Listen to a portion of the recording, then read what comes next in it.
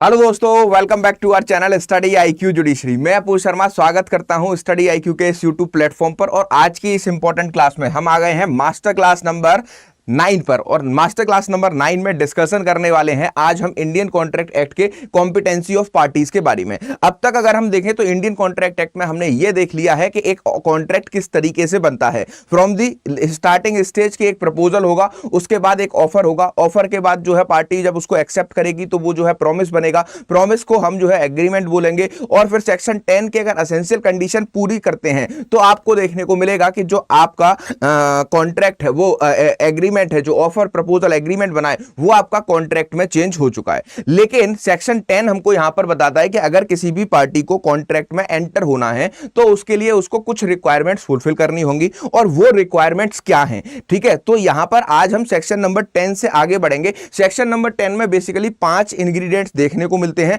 और इन 5 इंग्रेडिएंट्स के अंदर 70% ऑफ इंडियन कॉन्ट्रैक्ट एक्ट आपका समाहित है। मतलब आपको यहां पर इन 5 कॉन्ट्रैक्ट्स के अंदर ही देखने को मिलता है कि वेरियस कॉम्पिटेंसीज में अलग अलग सेक्शंस आपके जाते हैं। तो आज हम जो है कॉम्पिटेंसी ऑफ पार्टी को जो है करेंगे। चलो स्टार्ट करते हैं आज के इस इंपॉर्टेंट लेक्चर को। उससे पहले अगर आप मुझसे कनेक्ट होना चाहते हैं और इन लेक्चर्स के रिस्पेक्ट में मुझे बहुत सारे स्टूडेंट ऐसे हैं जिन्होंने बहुत ही बेहतरीन आंसर लिखकर भेजे हैं। जो मैंने मेंस के क्वेश्चन दिए थे उसमें से सच में कुछ बच्चों ने तो इतना बेहतरीन आंसर लिखकर भेजा है, केस लॉज भी डाले हैं, इंट्रोडक्शन भी लिखा है। और वो मुझे कल मैंने जब उनको पढ़ा रात को बैठकर तो मुझे बहुत मजा आया। और ऐसे स्टूडेंट जो कि आंसर्स को भेज रहे हैं और आप भी भेजना चाहते हो तो @अपूर्व शर्मा ऑफिशियल ये मेरा टेलीग्राम ग्रुप है। वीडियो के डिस्क्रिप्शन में इसका लिंक मिलेगा, वहां जाकर मुझसे कनेक्ट करिए। वहीं पर आपको मेंस के क्वेश्चन मिलेंगे और सबसे बेस्ट आंसर को मैं जो है सैटरडे की क्लास में डिस्कस करूंगा। वैसे मैं सैटरडे को क्लास लेता नहीं हूं, ठीक है। तो अपूर्व शर्मा ऑफिशियल इस टेलीग्राम ग्रुप पर जाइए, यहां पर जाकर मुझसे कनेक्ट कर सकते हैं। वीडियो के डिस्क्रिप्शन में इसका लिंक आपको मिल जाएगा।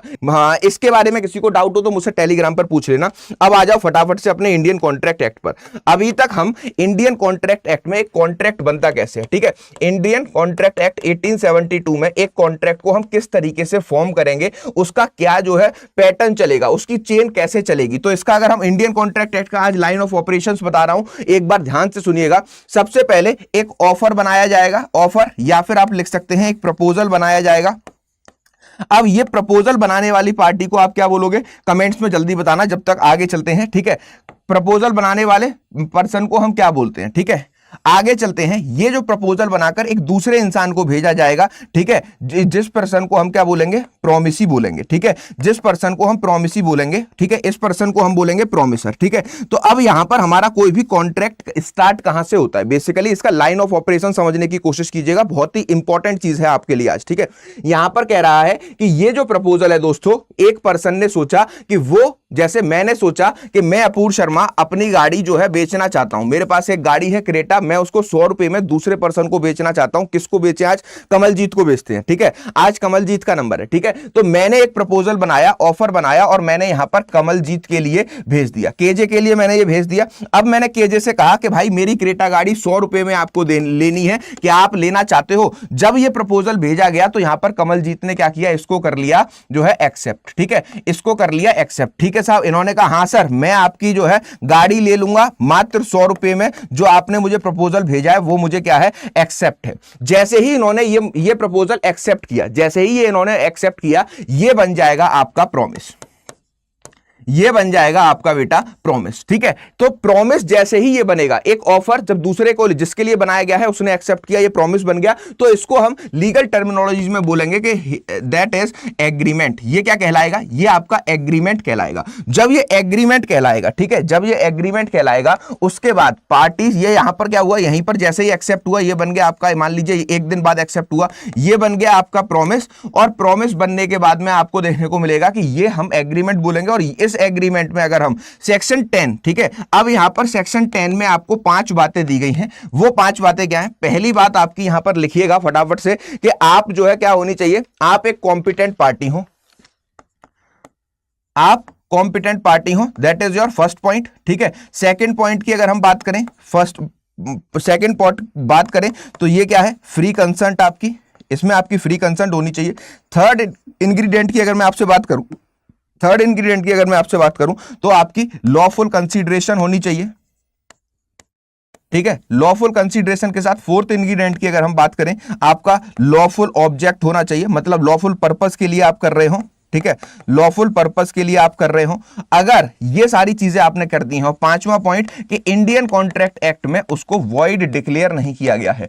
अगर आप किसी भी एग्रीमेंट को, यहां तक हमने एग्रीमेंट बनाया, एग्रीमेंट को इन पांचों कंडीशंस के साथ, first, second, third, fourth, fifth, ठीक है, इन पांचों कंडीशंस के साथ जो है अगर बना लेते हैं, ये क्या है, ये पांचों कंडीशन, ये 5 पॉइंट जो है हमारे, ये हमारे सेक्शन 10 की रिक्वायरमेंट है। तो अगर हमने इन पांचों पॉइंट्स को बना लिया तो फाइनली हमने क्या किया, दोनों पार्टीज अपूर्व शर्मा, ठीक है, और अपूर्व शर्मा और केजे, ठीक है, क्या हुए, एक कॉन्ट्रैक्ट में एंटर हो गए, एक कॉन्ट्रैक्ट में एंटर हो गए। अब ये जो दोनों पार्टीज है एक दूसरे के लिए बाइंडिंग है, दोनों पार्टीज एक दूसरे के लिए बाइंडिंग का पर्पस क्या है, मतलब क्या है, ये समझना यहां पर कि अब मैं अपनी गाड़ी 100 रुपए में दूंगा ही दूंगा। अगर मैं नहीं देता हूं तो यहां पर केजे के पास राइट है कि वो ब्रीच ऑफ कॉन्ट्रैक्ट के लिए मुझे शू कर सकता है, और अगर केजे मुझसे खरीदने से मना कर देता है तो मैं केजे के ऊपर सूट फाइल कर सकता हूं। मतलब दोनों पार्टी एक दूसरे के लिए क्या हो चुकी हैं, बाइंडिंग हो चुकी हैं। ये सारी चीज हम पढ़ चुके हैं, और this is known as line of operations of Indian Contract Act, ठीक है। हर एक सब्जेक्ट का लाइन ऑफ ऑपरेशंस बताता हूं, इसका इसलिए नहीं बताया था क्योंकि अब तक मैंने आपको बस ये बताया है कि एक कॉन्ट्रैक्ट में बनने के लिए क्या क्या चीजों की हमें रिक्वायरमेंट होती है, क्या क्या चीजों की हमें रिक्वायरमेंट होती है, क्लियर। तो अब ये यहां पर क्या हुआ, वैलिड कॉन्ट्रैक्ट बन गया दोनों पार्टीज के बीच में। अब आओ अपने जो है सेक्शन नंबर 10 पर। इतनी चीजें जो हमने 8 लेक्चर इस सीरीज में किए हैं, उसमें हमने अभी ये सीखा है कि एक इंडियन कॉन्ट्रैक्ट एक्ट के अंदर एक कॉन्ट्रैक्ट कैसे बनेगा, ठीक है। अब ये जो कॉन्ट्रैक्ट बनेगा इसमें सेक्शन नंबर 10 है हमारा, ठीक है। इसमें क्या है बेटा, सेक्शन नंबर 10 है। एक सेकंड रुक जाओ, मैं आज से सोच रहा हूं कि आपको आज से ये डायग्राम वाली भी पीपीटीज मिलने लगे, ठीक है। मैं ये सोच रहा हूं कि आज से ये जो मैं यहां पर हैंड रिटन नोट्स लिखता हूं वो भी मैं आपको टेलीग्राम पर देने लगूं, ठीक है। मैंने ये सोचा है कि आज से आपको ये जो हैंड रिटन नोट्स हैं वो ज्यादा हेल्पफुल रहेंगे, तो ये भी आपको मैं देता रहूं। अब यहां पर याद रखिएगा कि हमने ये पढ़ लिया। अब यहां पर सेक्शन नंबर 10 हम बार बार पढ़ रहे हैं कि एग्रीमेंट को अगर कॉन्ट्रैक्ट बनाना है, एग्रीमेंट को अगर कॉन्ट्रैक्ट बनाना है तो सेक्शन 10 में हमें जाना होगा। तो सेक्शन 10 की 5 बेसिक एसेंशियल क्वालिफिकेशंस हैं जो हमें फुलफिल करनी होती हैं। वो पांचों क्वालिफिकेशंस है क्या, सबसे पहले एक एक करके इसको देखते हैं। तो सबसे पहले आपको यहां पर बोला गया है कि पार्टीज जो भी एग्रीमेंट में आ रही हैं उनकी जो है क्या होनी चाहिए, फ्री कंसेंट होनी चाहिए। क्या होनी चाहिए, इन पांचों को लिखिएगा अपनी कॉपी पर, फ्री कंसेंट होनी चाहिए आपकी पार्टीज की, ठीक है। दूसरा पॉइंट, दूसरा ये तो एक एसेंशियल क्वालिफिकेशन है। देन द सेकंड इज कि पार्टीज क्या हो, कॉम्पिटेंट हो, कॉम्पिटेंट टू कॉन्ट्रैक्ट। पार्टीज क्या हो, एक कॉम्पिटेंट पार्टी हो, पार्टी जो है कॉम्पिटेंट पार्टी हो, पार्टी कॉन्ट्रैक्ट करने के लिए कॉम्पिटेंट होनी चाहिए। तीसरी है कि वो लॉफुल कंसीडरेशन देकर, ठीक है, कंसीडरेशन पढ़ा था हमने लास्ट लेक्चर में, लास्ट टू लास्ट लेक्चर में, ठीक है, लॉफुल कंसीडरेशन देकर, ठीक है, लॉफुल कंसीडरेशन देकर एक एग्रीमेंट में एंटर करें, कॉन्ट्रैक्ट में एंटर करें, और वो जो एग्रीमेंट या कॉन्ट्रैक्ट किया जा रहा है वो लॉफुल पर्पस के लिए, लॉफुल पर्पस के लिए होना चाहिए, लॉफुल पर्पस के लिए होना चाहिए, ठीक है। और जो पांचवी सबसे इंपॉर्टेंट, ठीक है, जो पांचवी सबसे इंपॉर्टेंट चीज बताई गई है दैट इज, उसको मैं यहां पर लिखता हूं कि ये जो है वॉइड एग्रीमेंट नहीं होने चाहिए, ठीक है, वॉइड एग्रीमेंट नहीं होने चाहिए। अब वॉइड एग्रीमेंट में क्या क्या आता है वो आपको जब मैं टॉपिक कराऊंगा तब ये सारी चीजें पढ़ा दूंगा, ठीक है। वॉइड एग्रीमेंट नहीं होने चाहिए। अब ये 5 जो सेक्शन 10 के एसेंशियल कंडीशन है, इसमें आपका 70% जो है क्या है, 70% इंडियन कॉन्ट्रैक्ट एक्ट के सेक्शंस फॉल करेंगे। क्या करेंगे, 70% से ज्यादा इंडियन कॉन्ट्रैक्ट एक्ट के सेक्शन फॉल करेंगे। तो आज का जो हमारा जो है क्या है, आज का जो हमारा टॉपिक है वो क्या है, हमारा है ये जो है क्या, कॉम्पिटेंसी ऑफ पार्टी, कि पार्टी कब हम बोलेंगे कि एक पार्टी कॉम्पिटेंट है और जो उसने कॉन्ट्रैक्ट में एंटर किया है वो पूरी तरीके से वैलिड कॉन्ट्रैक्ट कहलाएगा। तो आज हम सिर्फ इसको डिस्कस करेंगे। इसके लिए हमें 2 सेक्शंस को पढ़ना है, एक है हमारा सेक्शन नंबर 11 और एक है हमारा सेक्शन नंबर 12। इससे आपको कॉम्पिटेंसी ऑफ पार्टी समझ में आ जाएगा, क्लियर। हां, अब मुझे बताओ, एक बच्चा बोल रहा है कि सर थोड़ा धीरे करिए, सर थोड़ा धीरे करिए, तेज हो रहा है क्या, तेज हो रहा है क्या, पढ़ाना बहुत है आज, इस वजह से मैं थोड़ा जल्दी ले रहा हूं क्योंकि क्लास लेट स्टार्ट कर पाया था, ठीक है। जल्दी से मुझे बता दीजिए, जल्दी से मुझे बता दीजिए।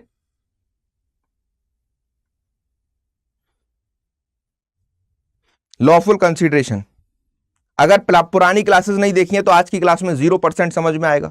8वां लेक्चर को देखिए तब 9वां देखिएगा। 9वां जो पहली बार देख रहे हैं उनको कुछ नहीं समझ में आने वाला, पहले ही बोल रहा हूं, क्योंकि जो पढ़ाया गया है वो आपके लिए मोस्ट इंपॉर्टेंट था। तब मैं सेक्शन 10 को स्टार्ट कर रहा हूं और आज से इंडियन कॉन्ट्रैक्ट एक्ट का कोर इंपॉर्टेंट एरिया स्टार्ट हो रहा है, इस बात को भी ध्यान रखना। अब यहां पर बोला गया है कि अगर कोई भी पर्सन, अब सबसे पहले यहां पर ये समझो कॉम्पिटेंसी ऑफ पार्टी, ठीक है, we will start with competency of parties. तो कॉम्पिटेंसी ऑफ पार्टीज COP में यहां पर लिख देता हूं शॉर्ट फॉर्म में।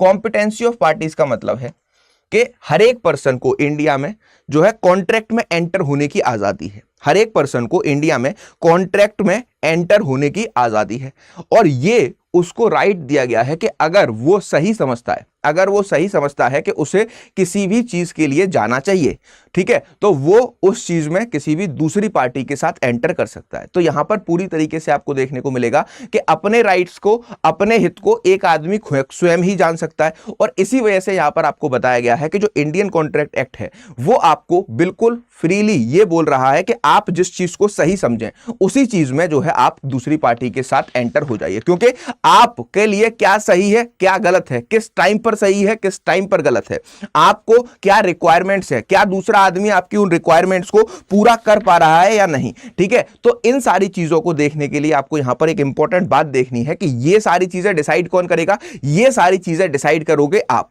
और अगर आप किसी भी पार्टीज के साथ एंटर हो जाते हो कॉन्ट्रैक्ट में आकर, ठीक है, और अगर आप कॉम्पिटेंट हो और एंटर हो रहे हो तो फिर आप लीगली बाइंड हो गए इंडियन कॉन्ट्रैक्ट एक्ट के हिसाब से कि आपको क्या करना है, आपको उन चीजों को परफॉर्म करना है जिसके लिए आप कॉन्ट्रैक्ट में आए हैं। क्लियर।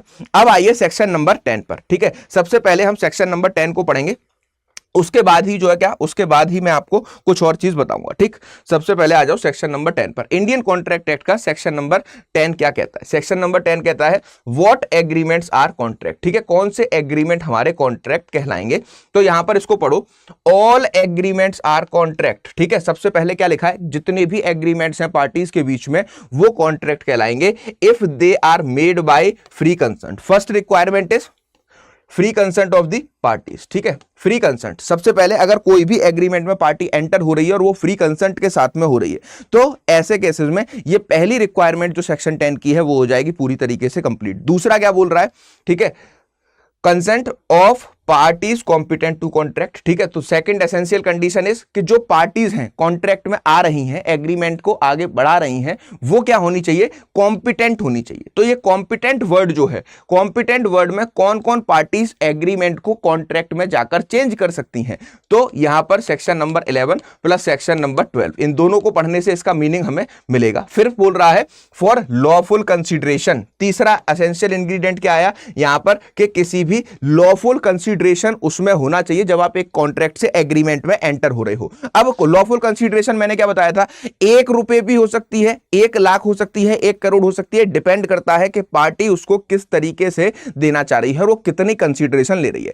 और कंसिडरेशन अगर मैंने अपनी क्रेटा गाड़ी 1 रुपए में या 50 पैसे में किसी को बेचने का कॉन्ट्रैक्ट किया है तो इसके लिए मैं पूरी तरीके से फ्री हूं। मैंने अभी बताया है मेरे राइट्स कहां पर है, मेरे राइट कब जो है प्रोटेक्टेड होंगे, मेरा हित क्या है ये मैं खुद डिसाइड करूंगा, ठीक है। तो अगर मैं इस कॉन्ट्रैक्ट में आ गया हूं तो कोई भी पर्सन, कोर्ट्स भी इवन मेरी कंसीडरेशन वाली बात को जो है चैलेंज नहीं कर सकती कि ये आप क्यों कर रहे हैं। लेकिन जब आपका कोई भी सूट फाइल होता है और वहां पर कोर्ट को ऐसा लगता है कि कंसीडरेशन बहुत ज्यादा कम रखी गई है या बहुत ज्यादा रख ली गई है तो वहां पर कोर्ट इस बात को लेकर के जो है क्या, इस बात को लेकर के क्वेश्चन पूछ सकती है कि भाई ये बताओ कि कहीं आपकी ये कंसीडरेशन या फिर आपकी जो कंसेंट ली गई है वो कहीं फ्रॉड, कलूजन, दबाव में, प्रेशर में, अननेसेसरी किसी भी चीज को करने के लिए कोई दबदबा तो नहीं बनाया गया। तो वहां पर इस क्वेश्चन को चैलेंज किया सकता है। लेकिन कंसीडरेशन अगर मैं 50 पैसे में गाड़ी बेच रहा हूं या फिर मैं 1 रुपए में अपना मोबाइल बेच रहा हूं तो ये मेरे पर्सनल राइट्स है, मैं ऐसा कर सकता हूं, मुझे मालूम है मेरा हित कहां पर है और मेरा अहित कहां पर है, ठीक है।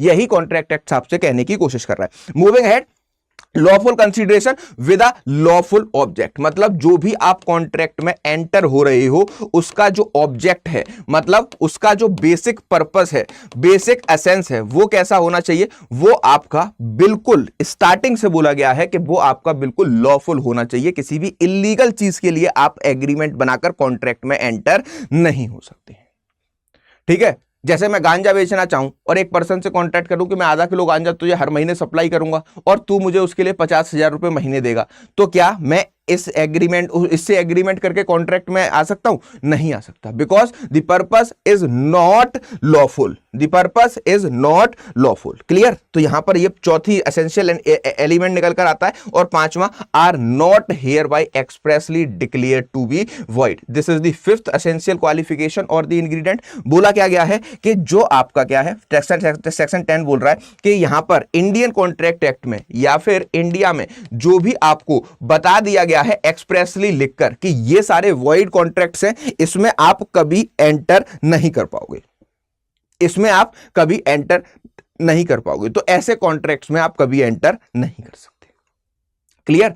Now come to the second point, ठीक है, कॉम्पिटेंसी ऑफ पार्टीज। अब इसको लिखना स्टार्ट करो और अपने डायग्राम को बनाना स्टार्ट करो। कॉम्पिटेंसी ऑफ पार्टीज की अगर मैं आपसे बात करूं तो सबसे पहले सेक्शन नंबर 11 का ही हम जो है क्या है, सेक्शन नंबर 11 का ही इंटरप्रिटेशन देख लेते हैं। सेक्शन नंबर 11 आपसे बोलता है who are competent to contract. ठीक है, सेक्शन नंबर 11 आपसे बोल रहा है, सेक्शन नंबर 11 बोल रहा है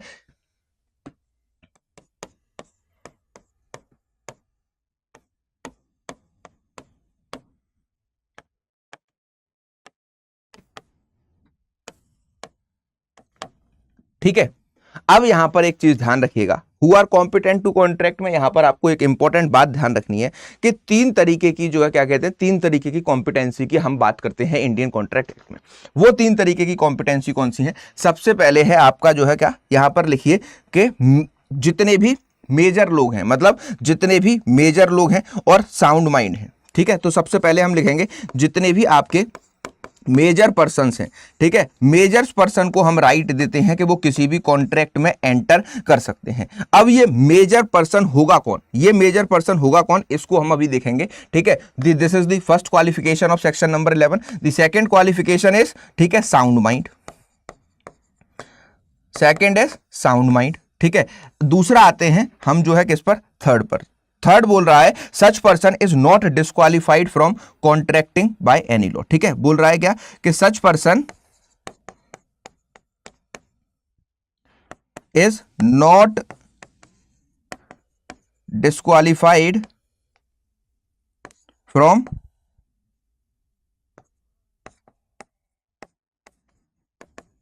कॉन्ट्रैक्टिंग बाय एनी लॉ। ठीक, तो यहां पर सेक्शन 11 ने तीन चीज आपको बताई है। क्या बताई है? सबसे पहले कोई भी पर्सन जो कि मेजॉरिटी को अटेन कर चुका है, वो पर्सन जो कि 18 साल से ज्यादा का हो चुका है, 18 वर्ष का हो चुका है, उसके पास फ्री जो है राइट है, फ्री उसकी कंसेंट है कि वो किसी भी एग्रीमेंट में आकर कॉन्ट्रैक्ट में एंटर हो सकता है। सेकेंड पॉइंट इट कि वो साउंड माइंड पर्सन होना चाहिए। साउंड माइंड पर्सन का मतलब कि वो जो है एक रीजनेबल चीजों को सोचने समझने की जो है क्या रखता है, कैपेसिटी रखता है। और अगर उसके सामने कोई ऐसी चीज प्रोड्यूस की जा रही है, ऐसी कोई सामने बात बोली जा रही है जिससे कि वो दूसरे लोगों की तरह रीजनेबल आंसर तक पहुंच सकता है, जो दूसरे लोग सोचेंगे उसके बारे में वो सोच सकता है, तो ऐसे केसेस में आपको देखने को मिलेगा उस पर्सन को हम साउंड माइंड पर्सन बोलेंगे। या फिर आप इसको ऐसे भी समझ सकते हैं, the person who is not unsound, the person who is not unsound. तो अगर हम ये समझ लें कि अनसाउंड पर्सन कौन होंगे तो आप इस टॉपिक को समझ जाएंगे। Clear? Then the third point is such person is not disqualified from contract by law. मतलब आपका जो इंडियन कॉन्ट्रैक्ट एक्ट है, इंडियन कॉन्ट्रैक्ट एक्ट या फिर कोई भी अदर लॉ जो कि इंडिया में प्रिवेल कर रहा है, वो किसी भी पर्सन को कॉन्ट्रैक्ट में आने से मना कर रहा है, फिर भी वो पर्सन अगर कॉन्ट्रैक्ट में आ जाता है तो ऐसे केसेस में आपको देखने को मिलेगा कि वो सारे एग्रीमेंट जो है आपके वॉइड एग्रीमेंट माने जाएंगे। ठीक है, वो सारे एग्रीमेंट आपके वॉइड एग्रीमेंट माने जाएंगे। Come to the first point कि मेजॉरिटी हम कैसे डिसाइड करते हैं कि who is the major person, who is the major person.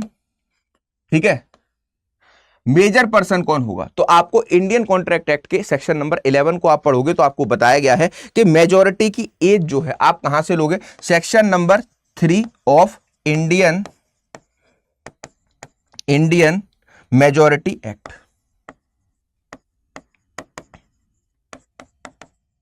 Indian majority act section number 3 में जो डेफिनेशन प्रोवाइड की गई है आपको इंडियन मेजॉरिटी एक्ट में, उससे आप मेजॉरिटी की डेफिनेशन लोगे। इसका मतलब क्या हुआ, any person who attain the age of who attain और who completed the age of 18 years, और दूसरा क्या है, more than any person who is more than 18 years of age. दो चीजें निकल कर आई, वो पर्सन जो कि 18 का हुआ है, जैसे आज आप 18 के हुए हो तो आपका राइट हो जाएगा कि आप अब जो है पूरी तरीके से मेजर हो चुके हैं, तो आपके जो मेजॉरिटी के राइट्स हैं, जैसे आप कॉन्ट्रैक्ट में आ सकते हो, जैसे आपको वोट करने का अधिकार हो जाएगा, तो आप जो है अपना अप्लाई कर सकते हो इलेक्शन कमीशन ऑफ इंडिया में कि वो आपको वोटर कार्ड बना कर दे, और आप डीएल बनवाने के लिए एप्लीकेबल हो जाते हो कि आप जो है मेजर होने के बाद ही ड्राइविंग लाइसेंस बनवा सकते हैं, तो आप जो है उस चीज के लिए भी एलिजिबल हो जाते हो। तो मेजॉरिटी जिस दिन 18 के होते हैं उसके बाद से हमारे एक नए राइट्स की जर्नी स्टार्ट होती है, और ये नए राइट्स क्या है, ये नए राइट्स हैं आपके कॉन्ट्रैक्ट में एंटर करना, आप वोटिंग राइट्स प्लस आपके जितने भी आपके जो डीएल वगैरह होते हैं इन सबको बनवाने के लिए। इसके अलावा भी बहुत सारे ऐसे राइट्स हैं जो आपको 18 प्लस के बाद इंडिया में देखने को मिलते हैं। तो यहां पर क्या बोला गया कि जिस दिन कोई पर्सन 18 साल का हो रहा है वो दिन, या फिर वो 18 साल से ज्यादा का हो चुका है, ये बात बताता है section number 3 of Indian majority act कि उस पर्सन को हम मेजर पर्सन बोलेंगे। और ऐसे सारे पर्सन के पास राइट होगा, they have right to enter in contract, ठीक है, they have right to enter into contract. तो वो क्या करेंगे, वो यहां पर क्या कर सकते हैं, इंडियन कॉन्ट्रैक्ट एक्ट के अकॉर्डिंग किसी भी एग्रीमेंट में एंटर हो सकते हैं। Clear, this is the first point. Now come to the second point. Second point क्या था हमारा बेटा, सेकंड पॉइंट था हमारा जो है क्या, sound mind person.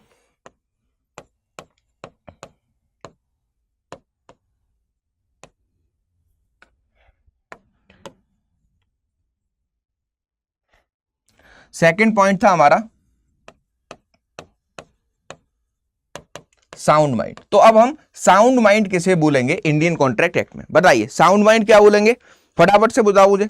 Sound mind कौन पर्सन होगा, जिसके पास रीजनेबल कैपेसिटी है, जिसके पास रीजनेबल कैपेसिटी है कि वो ये सोच सकता है कि कौन सी चीज उसके लिए सही है, कौन सी चीज उसके लिए गलत है। क्लियर, और अगर आप इसको इस तरीके से समझें कि वो सारे लोग जो कि अनसाउंड माइंड हैं, ठीक है, और अगर आप इस तरीके से समझें कि वो सारे लोग जो कि अनसाउंड माइंड हैं, ठीक है, अनसाउंड माइंड है, जिनके पास कैपेबिलिटी या फिर कैपेसिटी नहीं है कि वो किस चीज को सही कर रहे हैं, किस चीज को गलत कर रहे हैं, ठीक है, किस चीज को सही कर रहे हैं, किस चीज को गलत कर रहे हैं, उसके बारे में उनको कोई जानकारी नहीं है, वो एक रैशनल जजमेंट नहीं ले सकते जो समस्या उनके सामने आई है या फिर जो भी चीज उनके सामने रखी गई है दूसरे लोगों की तरह, तो उन सारे पर्संस को हम अनसाउंड माइंड बोलेंगे। जहां पर आपको देखने को मिलेगा कि सेक्शन नंबर 12 अगर आप रीड करोगे इंडियन कॉन्ट्रैक्ट एक्ट का, तो वो आपको बताता है कि who is sound mind person. इसमें 3 कंडीशन आपको देखने को मिलेंगी कि कब हम जो है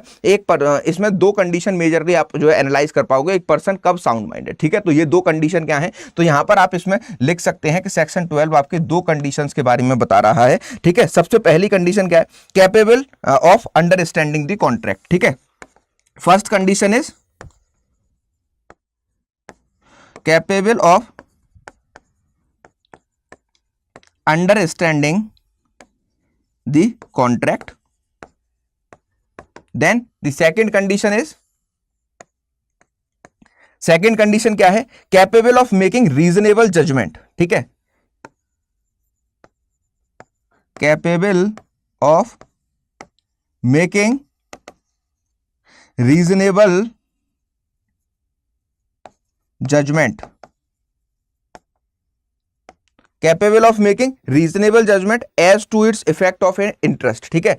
यहां पर लिख लीजिए as to his effect of his interest, ठीक है। ये 2 बातें अब आपको यहां पर बहुत ही ज्यादा ध्यान से समझनी है, ठीक है। 2 बातें आपको यहां पर बहुत ही ज्यादा ध्यान से समझनी है। सबसे पहले ये समझिएगा कि यहां पर आपसे सेक्शन 12 बोलना चाह रहा है कि अगर आप इन 2 बातों को समझ पाते हैं तो वो पर्सन आपका साउंड माइंड पर्सन माना जाएगा। क्या माना जाएगा, साउंड माइंड पर्सन माना जाएगा। इसको अभी मैं सेकंड पार्ट में समझाऊंगा कि अनसाउंड माइंड पर्सन कौन होते हैं। वो पर्सन जो कि कैपेबल है अंडरस्टैंड करने के लिए कि वो किस कॉन्ट्रैक्ट में एंटर हो रहे हैं, ठीक है, वो किस कॉन्ट्रैक्ट में आपके एंटर हो रहे हैं। अगर वो इस चीज को समझ रहे हैं भली बाती, तो वो क्या कहलाएंगे, वो आपके जो है साउंड माइंड पर्सन कहलाएंगे। दूसरा आपको यहां पर बताया गया है कि capable of making reasonable judgment as to his effect of his interest. मतलब अगर वो ये जान पा रहा है कि उसका हित है इस काम को करने में, उसका इंटरेस्ट है इस काम को करने में, और वो उस काम को अपने इंटरेस्ट में करने के लिए कॉन्ट्रैक्ट में एंटर होता है। अब उसके कॉन्सिक्वेंसेस क्या होंगे, उसको घाटा होगा या उसको फायदा होगा, उसको प्रॉफिट होगा या उसको लॉस होगा, या फिर वो जो है बहुत ज्यादा डेट्स में चला जाएगा या बहुत ज्यादा पैसे वाला बन जाएगा, इससे फर्क नहीं पड़ेगा। कॉन्सिक्वेंसेस से कोई फर्क नहीं पड़ेगा। फर्क इससे पड़ेगा कि उसको ये बात पता थी कि वो जो काम कर रहा है, वो जो जजमेंट ले रहा है, वो उसके बेनिफिट के लिए है, ठीक है। कॉन्सिक्वेंसेस पे हम इंडियन कॉन्ट्रैक्ट एक्ट में नहीं जाते हैं। वो उसके अगर बेनिफिट के लिए है, तो अगर उसने कोई ऐसा काम किया है जो उसके बेनिफिट के लिए था, तो वो क्या माना जाएगा, वो ये माना जाएगा कि इस पर्सन ने क्या कर दिया, इस पर्सन ने वैलिड कॉन्ट्रैक्ट में साउंड माइंड होने के बाद एंटर कर दिया। जैसे एग्जांपल लीजिए, ठीक है, एग्जांपल इसका क्या है, एक मेरे घर के सामने यहां पर जो है क्या है, एक गमला रखा है, ठीक है,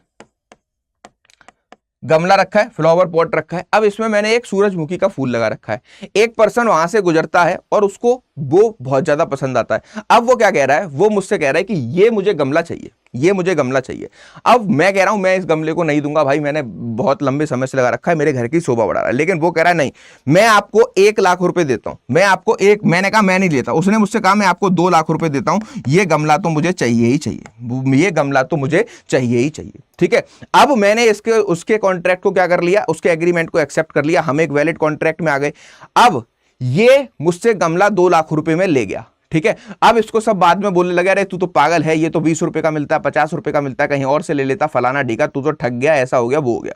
तो उसको वहां पर बाद में जाकर रियलाइज हुआ कि अरे ये तो गलती हो गई, मैंने 2 लाख रुपए अपने वैसे ही वेस्ट कर दिए, ठीक है। तो अब इसके कॉन्सिक्वेंसेस क्या थे, इससे फर्क नहीं पड़ेगा। सबसे पहले हम ये देखेंगे कि क्या वो पर्सन हमारा किसी भी कॉन्ट्रैक्ट में आने के लिए जो है वैलिडली अंडरस्टैंड करने के लिए वैलिड था या नहीं। तो उसको पता था कि ऐसा गमला मार्केट में मिल जाएगा, वो 500-1000 रुपए में सेम गमला जाकर खरीद सकता है, उसमें एक सनफ्लावर लगा सकता है। लेकिन उसको ये बात पता थी, लेकिन फिर भी वो क्या हुआ, उसको अंडरस्टैंडिंग थी कि मार्केट में मिल जाएगा, फिर भी वो कॉन्ट्रैक्ट में एंटर हुआ। और उसके बाद उसने ये जजमेंट ली कि वो 2 लाख रुपए तक देगा मुझे, और मैंने इसको एक्सेप्ट कर लिया, मैंने गमला देके 2 लाख रुपए ले लिए। तो अब इसके कॉन्सिक्वेंसेस बाद में वो पछता रहा है, इससे कुछ फर्क नहीं पड़ेगा। दोनों ही कंडीशन हमारी क्या है, condition number 1 is completed, condition number 2 is completed. Now that person is a sound mind person, enters into a agreement with both the ingredients of section number 12,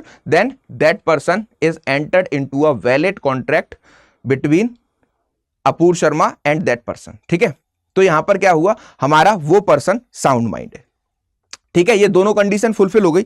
अब यहां पर इसको एक और प्रोस्पेक्टिव से अगर समझें, तो आपको सेकंड पार्ट ये समझना था कि अगर कोई पर्सन अनसाउंड है, ठीक है, अगर कोई पर्सन अनसाउंड है तो वो कॉन्ट्रैक्ट नहीं करेगा। तो अब यहां पर अनसाउंड पर्सन कौन होगा, ठीक है। अनसाउंड पर्सन को आप कैसे पहचानोगे, इस चीज पर एक बार ध्यान से देख लीजिए। 3 बातें हैं छोटी सी जो मुझे आपको बतानी है। तो अनसाउंड पर्सन की हम बात करें तो आपका कोई भी ल्यूनेटिक या फिर इडियट, ठीक है, ल्यूनेटिक और कोई भी इडियट। अब मुझे कोई बताएगा कि ल्यूनेटिक और इडियट में क्या फर्क होता है। पहली कंडीशन है कि कोई भी पर्सन ल्यूनेटिक है या फिर इडियट है, ठीक है। अब मुझे कोई बताएगा कमेंट्स में कि ल्यूनेटिक और इडियट से आप क्या समझते हैं। दूसरी कंडीशन है कि कोई पर्सन सीरियसली इल था, सीरियसली इल मतलब एक पर्सन इतना बीमार है कि वो उसकी जो है सोचने समझने की क्षमता खो चुकी है, वो इतना ज्यादा बीमार रह रहा है, इतने लंबे समय से बीमार रह रहा है, या फिर इतनी सीवियर बीमारी में चला गया है कि वो अपनी सोचने समझने की क्षमता को खो चुका है। तो अगर आप ऐसे किसी भी पर्सन के साथ में जो कि सीरियसली इल है, उसके साथ में कॉन्ट्रैक्ट में आ जाते हो, तो वो वैलिड कॉन्ट्रैक्ट नहीं होगा, क्योंकि हम उसको अनसाउंड की कैटेगरी में ही फॉल कराएंगे, ठीक। Now the third point is, ठीक है, थर्ड पॉइंट क्या है, थर्ड पॉइंट है ड्रंक और इंटॉक्सिकेटेड, ड्रंक या फिर इंटॉक्सिकेटेड, ठीक है। कोई भी पर्सन ज्यादा शराब पिए हुए है, ठीक है, ज्यादा शराब पिए हुए है, और वो अपने सोचने समझने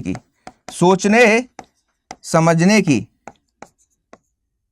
समझने की क्षमता से कंट्रोल हो चुका है। उसको पता ही नहीं है कि क्या क्या सही है क्या गलत है, बस वो लोगों से बातें किए जा रहा है, हाँ मैं तुमको 10 करोड़ रुपए दे दूंगा, मैं तुमको 20 करोड़ रुपए दे दूंगा, फलाना कर दूंगा, लेकिन वो अपन इतना ज्यादा ड्रंक किए हुए है कि वो अपनी कंट्रोल को खो चुका है। अब ये जो ड्रिंकिंग है वो आपकी वॉलेंट्री भी हो सकती है, उसने खुद से ज्यादा पी रखी है, या फिर इनवॉलेंट्री, किसी ने उसको जबरदस्ती ज्यादा पिला दी है। ठीक है, तो आईपीसी आपका कहता है कि वॉलेंट्री और इनवॉलेंट्री दोनों में आपको, एक में तो एग्जम्पशन है, एक में आपको पनिशमेंट है, लेकिन आपको यहां पर कॉन्ट्रैक्ट एक्ट में कहा कि आपने खुद से इतनी शराब पी ली, खुद से इतने नशे कर लिए और उसके बाद किसी के साथ कॉन्ट्रैक्ट में एंटर हो रहे हो, तो आप क्या समझोगे, आप क्या समझोगे, उस पर्सन को हम अनसाउंड ट्रीट करेंगे। ठीक है, चाहे खुद से पी ली हो या फिर किसी दूसरे पर्सन ने उसको पिला दी हो। ठीक है, क्लियर? क्लियर? तो अब यहां पर एक बात समझिएगा, ये 3 कंडीशन है, अगर ये 3 कंडीशन इन सारे लोगों के साथ आप किसी भी कॉन्ट्रैक्ट में एंटर हो रहे हैं, तो वो आपके वॉइड कॉन्ट्रैक्ट होंगे, वॉइड एग्रीमेंट होंगे। पहले तो एग्रीमेंट ही बनेगा, क्योंकि ये वॉइड एग्रीमेंट होते हैं, वॉइड कॉन्ट्रैक्ट कभी नहीं होते। ठीक है, ये बात मैंने आपको स्टार्टिंग के लेक्चर्स में समझा दी थी कि वो वॉइड, आप अगर किसी भी अनसाउंड पर्सन से जो है एग्रीमेंट कर रहे हो, तो ये मान के चलना कि आपका जो है क्या हो रहा है, यहां पर आपका वो पूरा का पूरा जो एग्रीमेंट है वो वॉइड माना जाएगा। अगर आप किसी भी ल्यूनेटिक से या फिर इडियट से क्या करते हो, कॉन्ट्रैक्ट करते हो, तो आप जो है अनसाउंड माइंड में चले जाओगे और आपका वो कॉन्ट्रैक्ट वॉइड हो जाएगा। ऐसा पर्सन जो कि सीरियसली इल है, उसके सोचने समझने की क्षमता ही खत्म हो चुकी है। मान लीजिए एक पर्सन है जो कि डेथ बेड पर है, मैंने इस्लामिक लॉ की जो मेरी सीरीज है उसमें आपको डेथ बेड, मर्जुल मौत का कॉन्सेप्ट समझाया था। एक पर्सन ऐसा है जो कि अभी 100+ हो चुका है और वो 3 महीने से बेड पर पड़ा हुआ है, 3 महीने से बेड पर पड़ा हुआ है और उसके सोचने समझने की सबकी क्षमता खो चुकी है। वो उठकर वॉशरूम भी नहीं जा पा रहा है, वो मतलब उसको ये भी नहीं पता है कि उसको वॉशरूम आ कब रहा है। ठीक है, तो वहीं बिस्तर पर पड़े पड़े वो जो है वॉशरूम वगैरह कर दे रहा है। उसको कोई खाने के लिए दे रहा है, तब भी वो जो है उसको नहीं खा पा रहा है, उसको पता ही नहीं है कि खाना खाया कैसे जाता है। वो अगर इस स्टेट में चला गया, ठीक है, इस स्टेज पर वो जा चुका है, तो ऐसे केसेस में अगर आप उससे, मान लीजिए कि उस पर्सन से कोई पर्सन उसकी जो संपत्ति है या फिर जो भी उसकी जो है क्या कहते हैं बिजनेस है, उसका ट्रांसफर करा लेगा, तो वो सारे पर्सन, वो सारे कॉन्ट्रैक्ट जो होंगे, वो सारे एग्रीमेंट जो होंगे, वो वॉइड एग्रीमेंट होंगे, क्योंकि आप एक अनसाउंड पर्सन के साथ डील कर रहे हो। ठीक है, सेकंड समझ में आया? Then come to the third point, drunk और इंटॉक्सिकेशन। खुद से पी ली है या फिर किसी ने जबरदस्ती पिला दी है, और उसके बाद अगर आप किसी भी पर्सन से एग्रीमेंट में एंटर हो रहे हो, तो आपको अनसाउंड ट्रीट किया जाएगा और वो एग्रीमेंट आपका वॉइड एग्रीमेंट माना जाएगा। वो जो है आपका वॉइड एग्रीमेंट माना जाएगा। क्लियर है इतनी बात? क्लियर है इतनी बात? सभी को समझ में आई? तो this is the section number 11 and section number 12 of Indian Contract Act. ठीक है, ये आपका सेक्शन नंबर 11 और सेक्शन नंबर 12 है इंडियन कॉन्ट्रैक्ट एक्ट का। ठीक है, आ गई बात समझ में? तो एक छोटा सा टॉपिक और है माइनर के रिस्पेक्ट में, मैं वो और आपको समझाऊंगा, फिर उसके बाद हम इस क्लास को वाइंड अप करेंगे और आपका कॉम्पिटेंसी ऑफ पार्टीज का टॉपिक आज कंप्लीट हो जाएगा।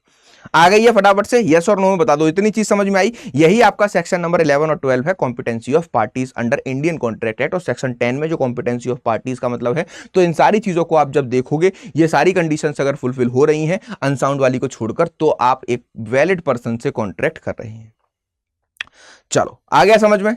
Now come to the next point. Next point पर आइए फटाफट से। अब यहां पर एक इंपॉर्टेंट इंटरेस्टिंग बात है कि अगर हम माइनर की बात करें, ठीक है, तो माइनर के रिस्पेक्ट में जो है इंडियन कॉन्ट्रैक्ट एक्ट क्या है? इंडियन कॉन्ट्रैक्ट एक्ट साइलेंट है, कुछ बता ही नहीं रहा है कि मान लो माइनर से किसी ने कॉन्ट्रैक्ट कर लिया तब क्या होगा, माइनर से किसी ने कॉन्ट्रैक्ट कर लिया उस टाइम पर हम क्या करेंगे। ठीक है, तो ऐसे केसेस में, माइनर के केसेस में क्या होगा? इंडियन कॉन्ट्रैक्ट एक्ट पूरी तरीके से जो है क्या है, पूरी तरीके से साइलेंट है। अब यहां पर 2 कंडीशन हो सकती हैं, if any agreement done by minor, ठीक है, और दूसरी कंडीशन है कि if any agreement done by unsound person. Same he consequences निकलेंगे। ठीक है, अगर आप किसी भी माइनर के साथ में कॉन्ट्रैक्ट में एंटर हो रहे हो, माइनर के साथ में एंटर हो रहे हो, या फिर आप अनसाउंड के साथ में कॉन्ट्रैक्ट में एंटर हो रहे हो, तो अनसाउंड वाला हमने पढ़ लिया है। अब माइनर के साथ अगर हम किसी भी कॉन्ट्रैक्ट में एंटर हो रहे हैं, तो इंडियन कॉन्ट्रैक्ट एक्ट हमें जो है इसका कोई भी जवाब नहीं दे रहा है, पूरी तरीके से साइलेंट है। अब यहां पर एक इसको एग्जाम्पल के तौर पर समझे, तो एक इंटरेस्टिंग फैक्ट बताता हूं एक केस के, इसको लिखते जाइएगा हैंड टू हैंड। ठीक है, एग्जाम्पल, ये केस लॉ है, केस लॉ का नाम बता दूंगा अभी। ठीक है, 16 ईयर्स का एक बच्चा है, ठीक है, 16 साल का एक बच्चा है, वो जो है क्या है, मिस्टर मिस्टर अपूर्व शर्मा को, ठीक है, मिस्टर अपूर्व शर्मा को ऑफर कर रहा है कि मेरा घर मात्र 10 लाख में ले लो, मात्र 10 लाख में ले लो। अब ये जो घर है वो मैं इससे 10 लाख में खरीद लेता हूं।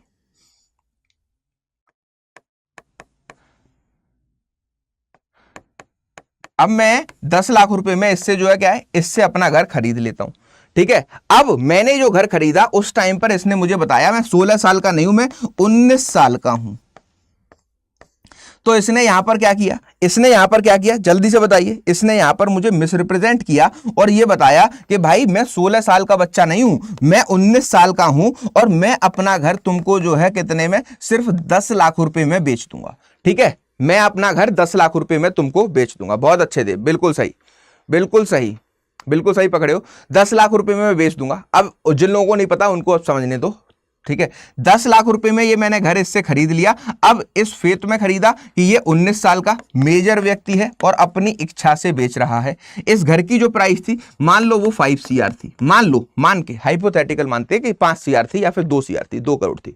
उसने मुझे 10 लाख में बेच दिया, मैंने फट से इसको 10 लाख रुपए दिए, ठीक है, और इसके घर को जो है लेने की बात कर दी। अब यहां पर क्या हुआ, अब यहां पर अब यहां पर मैंने इससे कहा हाँ भाई लाओ घर का पोजेशन दो, ठीक है।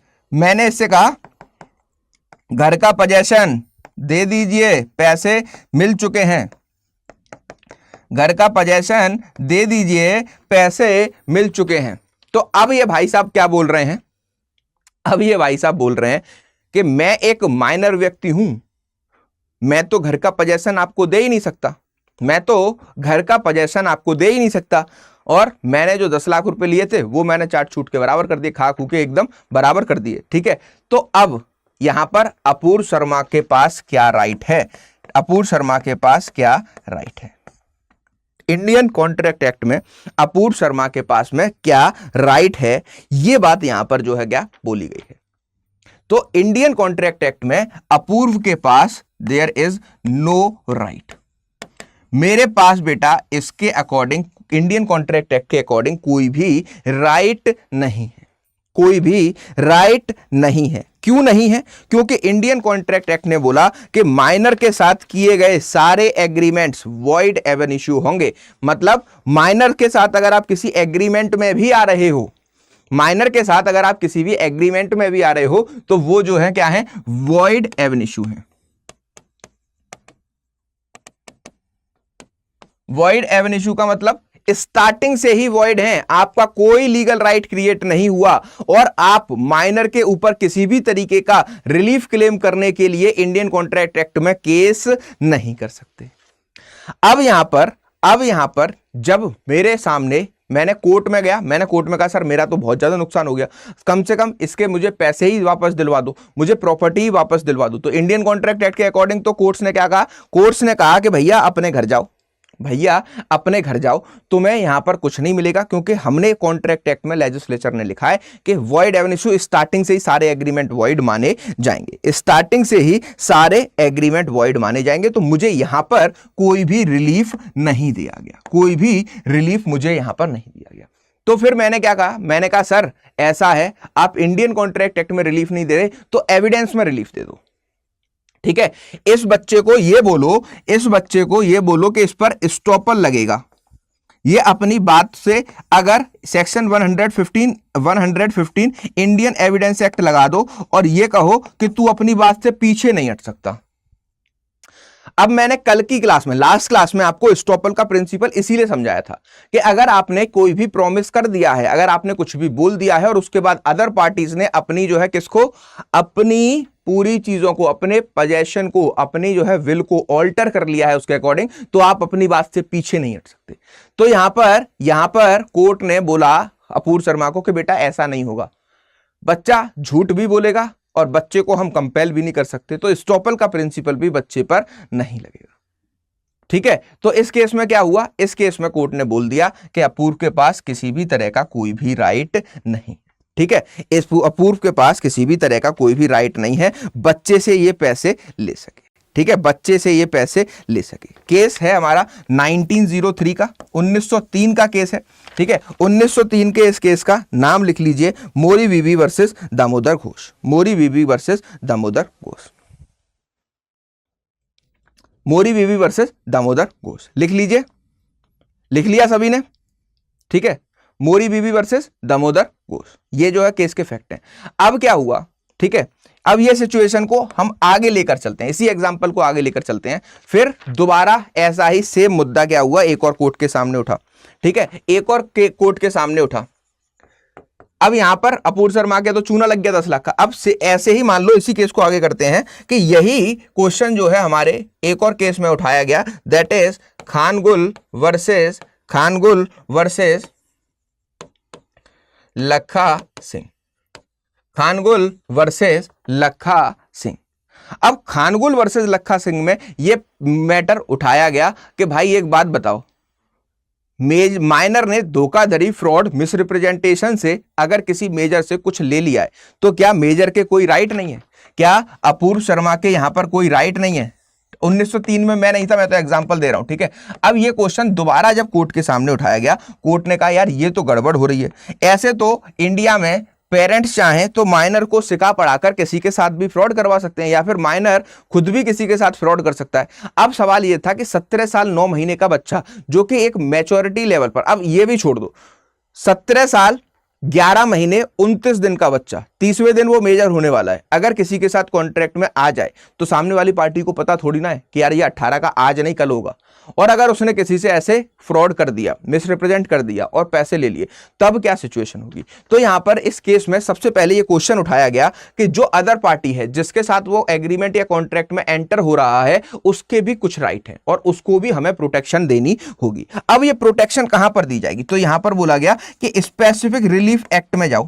स्पेसिफिक रिलीफ एक्ट में जाकर के आप क्या कर सकते हो? आप रिस्टोरेशन क्लेम कर सकते हो। अब यहां पर एक चीज और समझना, रिस्टोरेशन क्लेम कर सकते हो कि मतलब कोशिश की जाएगी। अब ये क्या है?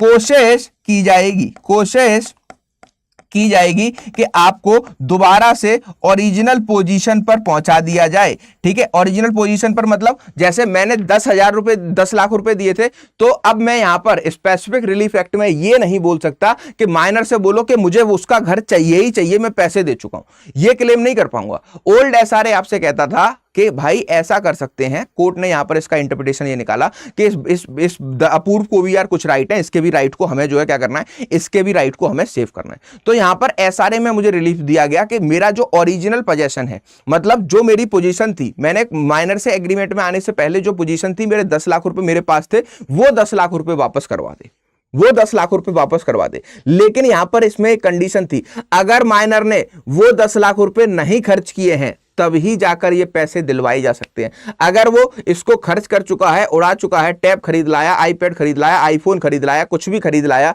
मार्केट से और 10 लाख रुपए उसने सपाचट कर दिए बिल्कुल साफ, तब ऐसे केसेस में मेरे पास रिस्टोरेशन का भी राइट नहीं होगा। और माइनर के अगेंस्ट अगर मैं एसआरए में भी रिस्टोरेशन लेने जा रहा हूं तो मुझे किसी भी तरीके का कोई इंटरेस्ट और कंपनसेशन नहीं मिलेगा। ये सारी चीजें आपको एसआरए में पहले बताई गई थी। अब यहां पर अब इसकी एक सबसे एसेंशियल कंडीशन सुनिए, ओल्ड एसआरए की अगर मैं बात करूं, 1963 वाले एसआरए पर मैं अभी नहीं आया हूं, ठीक है। ओल्ड एसआरए आपसे यहां पर क्या कह रहा है? ओल्ड एसआरए आपसे कहता था कि अगर माइनर के अगेंस्ट में क्या है, माइनर के अगेंस्ट में जब ही किसी पर्सन को, अदर पर्सन को रिलीफ मिल सकता है, अदर पर्सन को रिलीफ मिल सकता है रेस्टोरेशन का, ठीक है, उसको वापस उसी पोजीशन पे जब ले जाएंगे जब कोई माइनर प्लेंटिफ होगा, कि माइनर किसी केस में प्लेंटिफ होगा और वो सूट फाइल करेगा, तभी उसको दूसरी पार्टी को हम ओरिजिनल पोजीशन पर ले जा सकते हैं। अब टेक्निकली ये पॉसिबल नहीं था। अब मुझे एक बात ये बताओ कि मेरे से एक माइनर ने, 16 साल के माइनर ने कॉन्ट्रैक्ट किया था और मुझसे 10 लाख रुपए ले लिए, ठीक है, 19 साल का बता करके, ठीक है, 10 लाख रुपए मुझसे ले लिए 19 साल का बता करके, ठीक है, ये 10 लाख उसको मिल गए। अब इसने ये 10 लाख कर दिए, उड़ा दिए, अपने सारे शौक पूरे किए, गोवा हुआ घुमाया अपने मजे से, ठीक है। अब जब ये पैसे उड़ा चुका है तो मेरे पास कोई राइट नहीं है कि मैं एसआरए में रिस्टोरेशन क्लेम कर सकूं, ठीक है। और एसआरए, ओल्ड एसआरए क्या कहता है कि जब ये माइनर प्लेंटिफ होगा, ये माइनर प्लेंटिफ होगा तभी जो है अदर पर्सन को राइट देंगे, वरना राइट नहीं देंगे। और ये ह्यूमनली पॉसिबल कंडीशन नहीं थी। जो पर्सन 10 लाख रुपए लेकर अपना मेजर बताकर उड़ा चुका है वो कोर्ट में क्यों जाएगा भैया? वो कोर्ट में क्यों जाएगा? तो यहां पर जो ओल्ड एसआरए है वो भी आपके इंडियन कॉन्ट्रैक्ट एक्ट की तरह किसी भी पर्सन को कोई राइट ही नहीं देता था कि माइनर ने अगर उसके साथ कुछ भी गड़बड़ करके कुछ पैसे ले लिए हैं तो वो वापस ले ले। आई बात समझ में? फिर इस केस में क्या हुआ, इस केस में कोर्ट ने इंटरप्रेट किया, इस केस ने कोर्ट में इंटरप्रेट किया कि भाई ये गड़बड़ है, कहीं ना कहीं तो आपको किसी अदर पर्सन के राइट्स को प्रोटेक्शन देनी होगी, वरना ये माइनर्स तो सारे ऐसे ही करते जाएंगे। फिर एसआरए 1963 में, ठीक है, एसआरए 1963 में आपका ऐड किया गया section number 33 clause 2 sub clause B, section 33 clause 2 sub clause B, ठीक है। यहां पर इसको क्या कर दिया गया बेटा, ऐड कर दिया गया 33 क्लॉज 2 सब क्लॉज बी, और इसमें लिख दिया गया, अब इसमें क्या लिखा गया, इसमें यह लिखा गया कि हम यहां पर क्या करा सकते हैं, हम अब यहां पर प्लेंटिव डिफेंडेंट वाली बात खत्म हो गई और इसमें लिख दिया गया कि रेस्टोरेशन के लिए कोई भी पर्सन अगर माइनर के साथ किसी भी चीज में आ गया है तो वो एग्रीमेंट तो वॉइड ही रहेंगे, लेकिन वो अपने जो है ओरिजिनल पोजीशन पर जाने की कोशिश करेगा कोर्ट की मदद से, ठीक है। अब ओरिजिनल पोजीशन पर जब ही जाएगा, एक कंडीशन है, जब माइनर ने आपके पैसों को, वैसे हमारा एग्जांपल 10 लाख रुपए का है तो आपके 10 lakhs को अभी तक यूज नहीं किया है, कहीं पर रखा हुआ है। अगर यूज कर लिया है तब भी आपको कोई रिस्टोरेशन नहीं मिलेगा, यूज कर लिया है तब भी आपको कोई रिस्टोरेशन नहीं मिलेगा। क्लियर? तो this is all about minors agreement, ठीक है, void ab initio, ठीक है। Minors agreement are always void ab initio, ठीक है। हाँ, पैसे का तो मोह ही होगा, पैसे का तो मोह हो जाएगा, ठीक है। तो ये है हमारा पूरा का पूरा जो है सेक्शन नंबर 10 का कॉम्पिटेंसी ऑफ पार्टीज का टॉपिक, जिसमें हमने सेक्शन 11 को पढ़ा, सेक्शन 12 को पढ़ा, और हमने जो है माइनर के रिस्पेक्ट में इंडियन कॉन्ट्रैक्ट एक्ट हमें कोई भी रिलीफ नहीं देता। SRA 33 clause 2 sub clause B में जाएंगे, वहां पर मिलेगा। लेकिन अगर माइनर ने वो पैसे उड़ा दिए हैं, गोवा घूम आया है, दुबई घूम आया है, आईपैड खरीद लिया, आईफोन खरीद लिया, तो जबरदस्ती आप उसके ऊपर नहीं कर सकते हो, ठीक है। क्योंकि कोर्ट ने ये बोला बच्चा झूठ भी बोल सकता है, बच्चा आपके साथ फुद्दू भी बना सकता है, लेकिन आपकी रिस्पॉन्सिबिलिटी है कि आप उसके साथ एग्रीमेंट में एंटर नहीं करोगे, और ऐसे सारे agreement void ab initio agreement माने जाएंगे, वॉइड एब इनिशियो एग्रीमेंट माने जाएंगे। Is it clear to everyone? Is it clear to everyone? I hope आपको कॉम्पिटेंसी ऑफ पार्टीज का टॉपिक समझ आ गया होगा। ये जितनी भी बोर्ड पर मैंने आज चीजें लिखी हैं, सारे 10 पेज आपको मिल जाएंगे। मिलेंगे कहां पर, फटाफट से बताइए। अब सेक्शन 11-12 को खुद रीड कर लेना, इलस्ट्रेशन खुद रीड कर लेना। राजस्थान का पेपर हुआ है, उसमें सिर्फ इलस्ट्रेशन बेस्ड पेपर आया था, तो हर की इलस्ट्रेशन जो है क्या कहते हैं आपको, हर एक सेक्शन की इलस्ट्रेशन आपको खुद से रीड करनी है, ठीक है।